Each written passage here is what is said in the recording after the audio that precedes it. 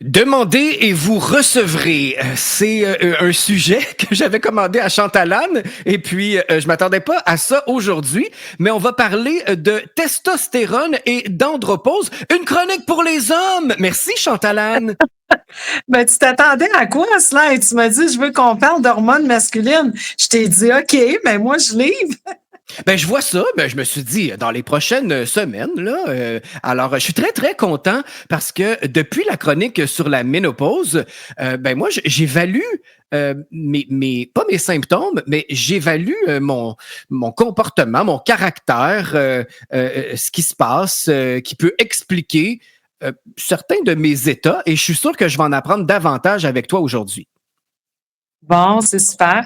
Ben, justement, comme on a parlé de ménopause la semaine dernière, d'hormones féminines, estrogène, progestérone, mais les femmes aussi, on a de la testostérone. Donc, en réalité, ce qu'on va dire pour les hommes, c'est vrai pour les femmes. Simplement, on a beaucoup moins de testostérone que les messieurs, évidemment. Mais, par exemple, au niveau de la libido, on est, nous aussi, influencés par la testostérone.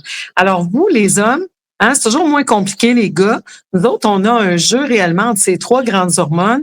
Vous autres, c'est surtout la testostérone qui influence vos comportements, qui influence justement votre libido, votre désir sexuel, votre niveau d'énergie. Alors, c'est sûr que nous, on a deux hormones, trois hormones, et elles sont cycliques. Donc, il y a tout un rythme au long du mois, puis au long de notre vie reproductive adulte. Alors, c'est sûr que nous, ça va avoir un impact vraiment supérieur au niveau de notre humeur. Hein. Il y a plus de possibilités de déséquilibre hormonal quand on en a trois que quand on en a une seule. Alors, c'est sûr que pour les hommes, c'est la testostérone. C'est assez simple. Vous n'avez pas de grandes variations dans le mois du taux de testostérone comme nous, on en a parce que, évidemment, nous, on a l'ovulation, après ça, on a la menstruation et c'est des taux très différents d'hormones. Mais la testo, c'est quand même assez stable. Donc nous on n'a pas de cycle, Non, c'est pas merveilleux. Eh oui. Ben, il peut avoir des variations, par exemple le taux de stress, le manque de sommeil, si on a tout le temps un taux de sucre élevé, ça finit par avoir un impact sur la testostérone, mais la testostérone n'est pas sécrétée de manière cyclique comme nos hormones à nous, puisque vous, ben, vous devez être prêt à concevoir des bébés tout le temps. Nous, il faut préparer l'ovule, il faut préparer la nidification pour que l'ovule puisse s'implanter. Si ça n'a pas marché, on laisse aller tout ça par la menstruation. On recommence le mois d'après. Mais les hommes, vous autres, vous êtes prêts tout le temps. Alors, ceci explique cela. Oui. On est toujours au garde à vous. Absolument. Donc, c'est pour ça que c'est beaucoup plus simple, les hormones masculines. J'allais dire plus simple, les hommes. Je vais dire plus simple, les hormones masculines pour pas offenser personne. Mais je vais, pour une fois, être politiquement correct. Mais c'est ça. Donc, c'est beaucoup plus simple de parler d'hormones masculines. Mais par contre, ce qui va varier, Slice, c'est le taux au cours de notre vie. Et tu sais que moi, j'adhère pas au portail culturel de la vieillesse. Pour moi, là, tu sais, c'est un peu comme on disait la semaine passée quand on a parlé de ménopause. À un moment donné, la ménopause a le dos large. On met tout sur le compte de la ménopause. Mais je trouve que la vieillesse aussi, dès qu'on a un symptôme, c'est toujours, ah, ben, c'est normal à 50 ans. Ah, ben, c'est normal à 60 ans. Et Ouais. même si c'est vrai que le renouvellement cellulaire est un peu moins rapide en vieillissant, très souvent, en réalité, ce qui change en vieillissant, c'est notre mode de vie, puis c'est le fait qu'on prend plus de médicaments prescrits. Donc, il faut arrêter de tout mettre sur le dos de la vieillesse. À un moment donné, il faut aussi te responsabiliser puis voir que, ben, c'est sûr que le fait de, par exemple, devenir inactif, tu sais, quand tu étais jeune, tu étais dans vingtaine, dans trentaine, tu avais ta gang, tu jouais au hockey de ruelle. Puis là, en vieillissant, à un moment donné, tu as juste comme arrêté, tu t'es blessé, tu n'as jamais repris. Ou après la pandémie, ben, tu as comme arrêté de faire ci puis de faire ça. Alors, c'est ça qui va faire qu'éventuellement, on va se sentir plus vieux. Et ben évidemment, ça va avoir aussi un impact sur le taux de testostérone parce que c'est sûr que l'activité physique, hein, j'en ai déjà parlé, les hommes sont câblés pour être des chasseurs en biologie évolutive. Alors évidemment, quand le chasseur va à la chasse, ben ça stimule son taux de testostérone. Et puis, la pratique du sport, c'est un petit peu la version moderne d'aller à la chasse du temps des hommes des cavernes. Alors, ça aide à stimuler le taux de testostérone. Mais disons qu'on va prendre un homme moyen qui devient sédentaire en vieillissant, qui va peut-être manger moins bien et moins bien utiliser ses glucides. Parce que, exemple, tu continues à manger pareil comme tu as toujours mangé, tu as toujours pris un petit dessert parce que ta mère était bonne pâtissière. Ben là, avant, tu jouais à ton hockey de ruelle, puis là, tu as arrêté de jouer à ton hockey de ruelle. Donc, ton petit dessert d'après souper, il augmente ton taux de sucre. Mais là, tu t'en vas pas le dépenser en jouant au hockey dans la ruelle.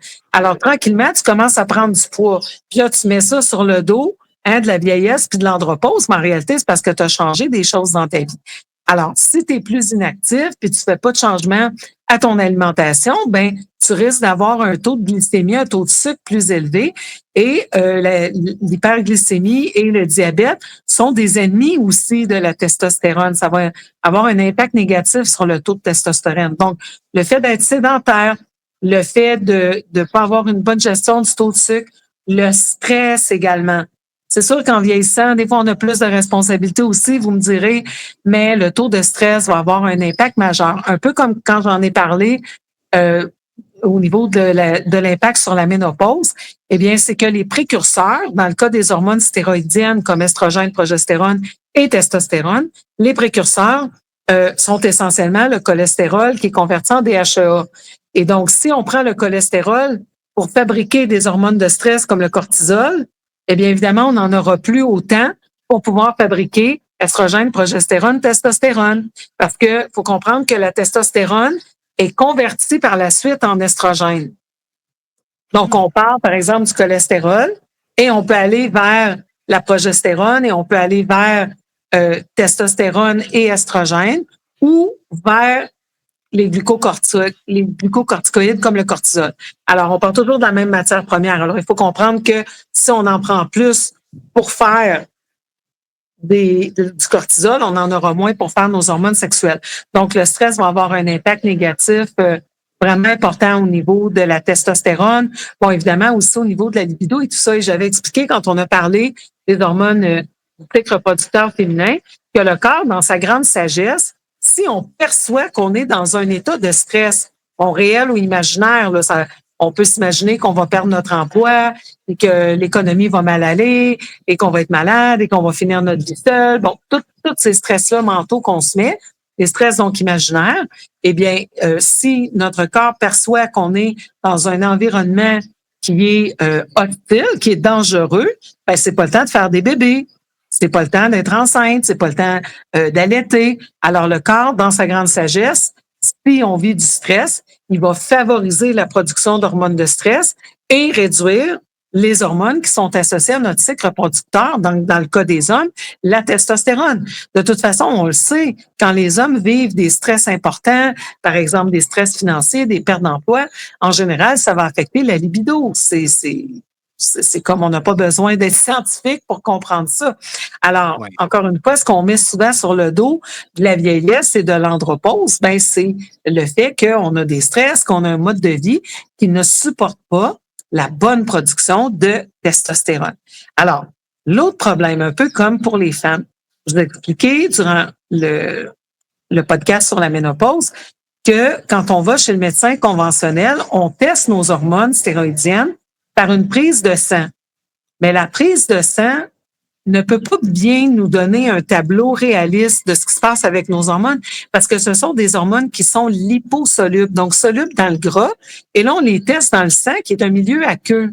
Alors, on le sait, quand on met de l'huile sur de l'eau, ça flotte, ça se mélange pas bien. Alors, ça prend un transporteur dans notre sang pour transporter les hormones comme la testostérone, comme estrogène et progestérone. C'est une globuline liant les hormones. Et donc, si on ne teste pas avec des tests appropriés qu'on ne fait généralement pas en médecine conventionnelle, on n'a pas une idée réaliste. Et l'autre problème qu'on a, dans le barème de la testostérone, ça va de 8,5 à 29,5 nanomoles par litre. Donc, tu vois que c'est quand même un éventail qui est assez large. Hein? Mettons 9 à 30. Là. Hein? C'est quand même très large comme éventail. Et c'est pas associé à l'âge. Ça veut dire que, par exemple, on le sait, le taux de testostérone, il va être très élevé à l'adolescence puis dans la vie du jeune adulte et il va diminuer très progressivement en allant vers l'andropause, en allant vers la chute d'hormones qui arrive autour de la cinquantaine. Mais c'est très progressif. Et encore une fois, si on a un bon mode de vie, si on reste actif physiquement, par exemple avec de l'activité avec des poids et haltères ou avec l'entraînement en haute intensité et en intervalle, on peut maintenir un taux de testostérone adéquat aussi en fonction de notre alimentation et la bonne gestion du stress. Mais disons qu'en temps normal, si on s'en va vers une testostérone qui descend progressivement, eh bien, si par exemple un homme de 35 ans qui devrait encore avoir un taux de testostérone quand même optimal. Alors, on a dit que le taux sanguin, qui reflète juste une petite partie des hormones, mais mettons qu'on se fierait à ça, il est quand même entre 9 et 30. Alors, si le gars de 35 ans, il est à 10, par exemple, il est encore dans la normale. Alors, le médecin, lui, sur son rapport, ça va dire normal. Mais on s'entend qu'un homme de 35 ans qui a un taux très près de la limite inférieure, ça ne sera pas un taux suffisant pour qu'il se sente bien. Parce que la testostérone, elle a un impact aussi sur l'humeur. Elle a un impact sur la combativité, sur la motivation, sur la libido. Au niveau physiologique, bon, outre le côté sexuel, mais le côté développement de la musculature, du taux d'énergie. Donc, ça l'affecte vraiment beaucoup, beaucoup de facteurs. Et quand on a un taux de testostérone qui est trop bas pour notre âge ou pour notre niveau habituel à nous, c'est sûr que l'homme va ressentir des symptômes. Et donc, c'est malheureux parce qu'un peu comme pour les femmes, ben, vous allez consulter, vous passez une prise de sang, puis parce que c'est à 10, donc juste en haut du 9,5, on vous dit, c'est-à-dire du 8,5, on va vous dire c'est normal. Mais ça dépend parce qu'à 35 ans, c'est pas normal d'avoir un taux de testostérone à 10, même si ça l'évoque juste une petite partie de l'histoire. On peut pas se fier, même l'Association des urologues du Canada mentionne qu'on ne devrait pas se fier juste au taux de testostérone sanguin pour évaluer le taux de testostérone chez un homme. Donc, il faut regarder l'ensemble des portraits de tous les symptômes que la personne présente. Parce qu'encore une fois, ça se pourrait qu'un gars, selon son âge, ait un taux qui soit à l'intérieur de la normale, mais qui soit trop bas pour lui, trop bas pour sa normale à lui. Alors, quand on a un grand écart comme celui-là, de 9 à 30, par exemple, eh bien, on comprend bien que on peut être à la normale à 29 et on peut être à la normale à 10, mais ça sera pas du tout la même normale. Et là, ben, contrairement aux femmes, on nous prescrit assez facilement maintenant les hormones bioidentiques, mais pour les hommes, les médecins ont beaucoup plus de réticence à prescrire de la testostérone. Parce que la testostérone pourrait stimuler, par exemple, des troubles au niveau de la prostate, une hyperplasie de la prostate. Alors, les médecins sont frileux de ce côté-là, et même pour les femmes, parce que les femmes aussi, on peut avoir un taux de testostérone qui est trop bas, mais les médecins ne prescrivent pas facilement, à moins qu'il y ait réellement ce qu'on appelle un hypogonadisme. Là, c'est vraiment quand le taux de testostérone est en bas de la normale et ça fait longtemps que c'est comme ça, ou suite à une maladie. Par exemple, le diabète va avoir un impact très négatif sur la testostérone. Alors, si la testostérone se retrouve, par exemple, à 6 ou à 7, et surtout si on est en présence d'un homme jeune, là, les médecins vont plus facilement accepter de prescrire la testostérone parce qu'en réalité, les avantages vont être plus importants que les risques là, à ce moment-là. Mais pour quelqu'un qui est encore dans les limites de ce qu'eux considèrent normal, ils sont beaucoup plus frileux pour prescrire la testostérone. Chantal, à partir de quel âge l'homme peut ressentir les symptômes de l'andropause? Est-ce qu'il y a un moment dans la vie où ça apparaît? Ben, un petit peu comme pour les femmes, là, on va regarder autour de la cinquantaine, mais c'est vraiment très, très variable parce que nous, c'est plus clair parce qu'à un moment donné, on arrête d'avoir un cycle menstruel. Pour les hommes, c'est moins clair. Donc, et encore là, si on a un bon mode de vie puis qu'on pratique l'activité physique, on peut ne pas nécessairement avoir de grands symptômes associés à l'andropause. Il va y avoir une diminution de testo par rapport à ce que l'homme avait par exemple, à 30 ans ou à 25 ans. Mais c'est pas obligé qu'il va avoir des symptômes. Les hommes, par exemple, n'auront pas de bouffée de chaleur. Ça va être plus au niveau de la libido. Ils vont prendre un petit peu un 5 kilos comme les femmes, souvent qui va se placer autour du ventre. Ils vont faire un petit ventre, ils vont se blesser plus facilement parce que les muscles vont moins avoir de stimulation de la part de la testostérone. Mais disons que même si pour certains hommes, on va le voir plus, mais c'est pas tous les hommes qui vont avoir une andropause très marquée. C'est sûr que si encore là, la chute a eu lieu plus rapidement, parce que, exemple, tu t'es blessé, tu t'entraînais 5-6 jours semaine, tu te blesses et là, tu arrêtes de t'entraîner, puis là, tu as peut-être aussi des carences au niveau nutritionnel, tu t'es séparé, puis c'est pas toi qui faisais à manger. Fait que là, tu te fais juste des affaires vite faites, puis des affaires congelées, puis tu manques de bons nutriments. Ben, ça se peut que là, la chute, pouf, va se faire plus rapidement, tu vis plus de stress. Et là, ça pourrait que l'homme va dire, wow, tu sais, on sent des symptômes assez marqués. Mais des fois, ce qui va être confondu, c'est avec l'andropause. Tu sais, il y a cette période de la vie qu'on appelle le mi-temps de la vie dont on parle jamais. Et le mi-temps de la vie, c'est l'équivalent de la crise d'adolescence chez les ados. Quand on est adulte, à un moment donné, entre 45-60 ou 45-65 à peu près, on vit cette grande époque de transformation où ben, on a le syndrome du nid vide. Dans certains cas, les enfants sont partis de la maison. Des fois, il y a une retraite ou une retraite qu'on n'a pas nécessairement voulu, une retraite involontaire. Des fois, on a de la difficulté à retrouver notre place sur le marché du travail ou justement, il y a peut-être une séparation une fois que les enfants sont partis. Il y a vraiment cette époque de remise en question et c'est souvent un moment justement où avec les changements hormonaux, on va changer un peu notre perspective sur la vie. Et des fois, les gens vont mettre sur le dos, en réalité, de l'andropause, mais des changements psychologiques qui surviennent avec cette période du mi-temps de la vie. Donc, des fois, c'est ça aussi l'histoire. Ça peut être la crise de la cinquantaine à la place. Qu'on va appeler la crise de la cinquantaine, effectivement. Donc, il n'y a pas toujours une grande portée hormonale. Et maintenant, ben, tu sais, ce qu'il faut savoir aussi, on a parlé de testostérone bioidentique. Il y a la possibilité pour les hommes de supporter la production de la testostérone et également de manière naturelle. On a parlé de l'impact de l'activité physique, de la gestion de notre glycémie, donc du taux de sucre. Les suppléments de vitamine D sont importants, donc de s'exposer régulièrement au soleil ou le cas échéant, d'avoir suffisamment de vitamine D.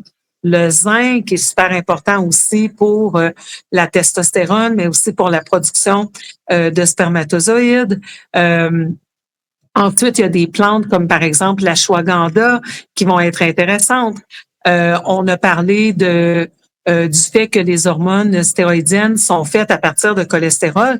Donc, les bons gras vont avoir un impact sur notre capacité à produire de la testo. Mais encore faut-il absorber nos bons gras. Donc, c'est un autre problème majeur, ça.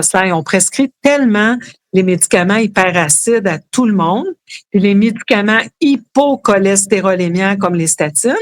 Et donc, si on bloque la production d'acide dans l'estomac, on ne pourra pas absorber nos bons gras. Donc, la matière première pour fabriquer nos hormones, elle ne sera pas absorbée correctement.